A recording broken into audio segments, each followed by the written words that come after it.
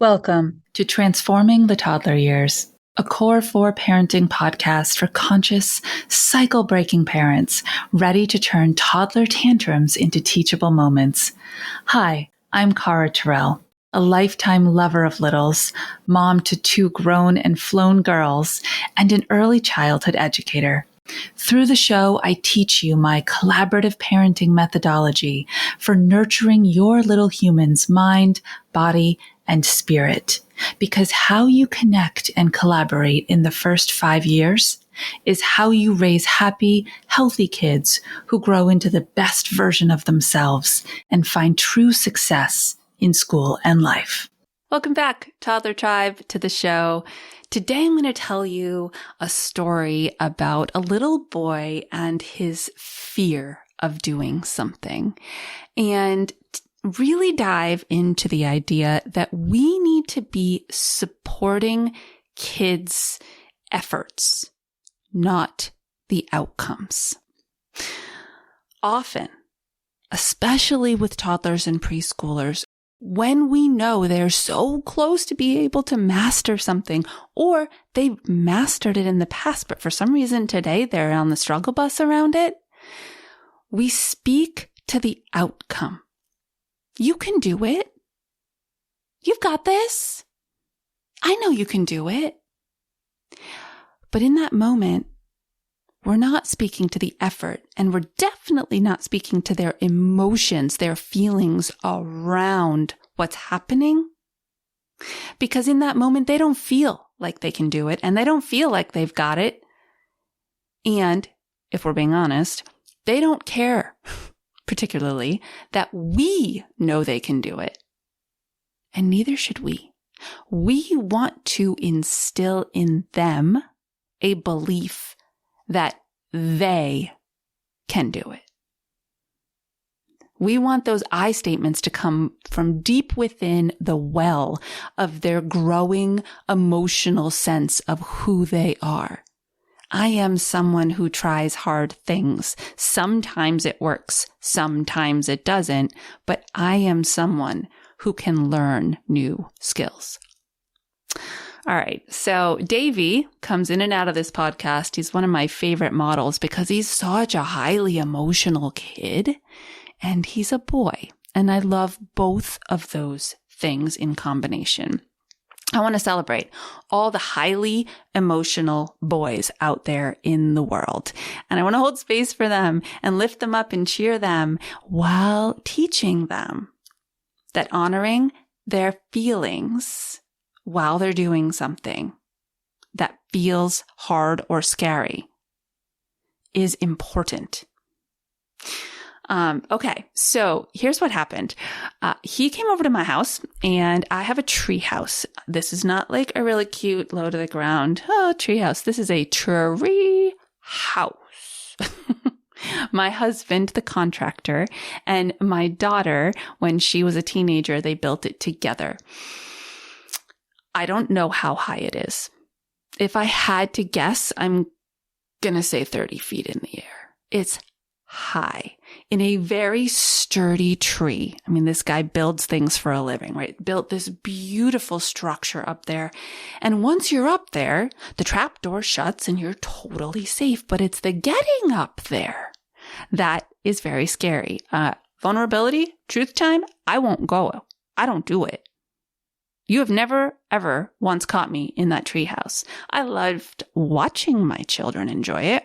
I loved watching my teenager sit up there and do her homework. Like it was wonderful to see. I did not want to experience it. So over the years, yes, years, Davey has looked at that ladder.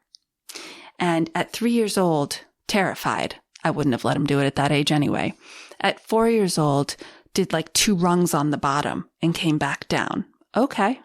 The ladder, by the way, has grown into the ground, or I guess rather the ground has grown up around it. So it's very sturdy. And I always stand on the bottom anyway to add that extra weight. 5 years old, made a few more rungs, came back down. And every single time I would say to him, you choose how high you go. and you choose when you come back down. Permission to reach a limit and not feel like you can go any further is very, very important. I spoke to his effort, not get up in the treehouse, right? The outcome didn't matter to me at all because what I was building was his confidence. What I was building was his belief. Last time I was here, now I'm just a little bit higher. So now he's 6 and came over the other day and we had some stuff. We had some work we had to do. He and I always work before play, right?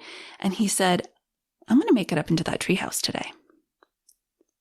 I said, are you? He said, yeah, I'm going to do that today. I said, wow, that would be amazing if that's something you chose to do. So he was like mentally ready this time, right? Walks out there, stands at the bottom, looks up, and I can see him visually deflating and remembering just how stinking tall this ladder is and how high it is when you get up there. But he started. He went up 4 rungs. No, I don't think I'm doing this today. Came back down. Went back again. Went up 6. Nah, that might be as high as I'm going today. Came back down. Repeat, repeat, repeat. I said very few things. This is an important point, okay? We don't have to fill the silence, especially when our kids are wrestling with something. There's a lot of mental wrestle in that moment. I said I was going to do this. Can I do this? Do I really feel capable of this today? There's a lot of physical wrestle in that moment. Well, if I climb all the way up, I'm going to have to climb all the way down. You want to give them space to wrestle. Okay? So I didn't say a whole lot, except when he would turn and make direct eye contact with me. And then I would speak to his effort. Wow. You went even higher than you did last time. How did it feel? And he would tell me.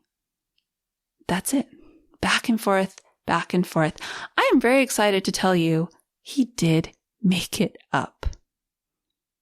And the sense of accomplishment and achievement that I saw, that deflated feeling I saw in his body earlier, did he balloon back up? Shut that trap door, looked at me from over the very high safe railing and said, I did it. I really did it. This is special. He drove that bus rung after rung after rung. So when your kids are on the monkey bars, or they're just learning to walk, or whatever that next skill, in this case, they're all very physical that I'm talking about, but there's skills of every shape and size and ability in us. Speak to the effort that they're making. Praise the effort. Don't define the outcome. You will raise self-confident kids. You will raise kids who feel capable of trying things, who can advocate for themselves. And quite honestly, in the moments when you swoop in and say, hey, I got you, and I don't need you. I'm going to try this all by myself. I can do it all by myself. It's powerful stuff. The tricky part is us. Absolutely knowing when to engage, when to allow silence so they can wrestle with what they're doing, and when to speak intentional words around the effort that they are putting out and permission to feel. So many times over the last few years, when he only made it certain high and said, I'm done, I gave permission to feel. You are totally allowed to come on back down. You're feeling scared? Cool. Come on back down. You're feeling worried? No worries. I'm not worried about your worry.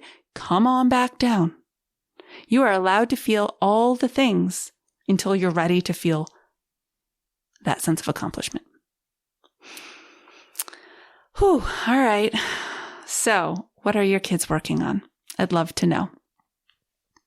And if you're ready to really dive into the mindset of your children and that intentional language that I'm teaching you on how to craft those interactions so that they do feel successful, even if they didn't get to the end mark, then I highly recommend you check out my Transforming the Toddler Years self-paced online course. It is going to walk you through every single step in far more detail. And you are going to know exactly what to say, when to say it, and support your children into becoming the best version of themselves. And yes, that means a shift in behavior. I would love to see you in the course. So have a look at it, use the link in the show notes, and then DM me on Instagram if you sign up, and I will just cheer for you. Until our next episode, you know what to do. My toddler tribe out there, stay mindful and proactive as we transform the toddler years.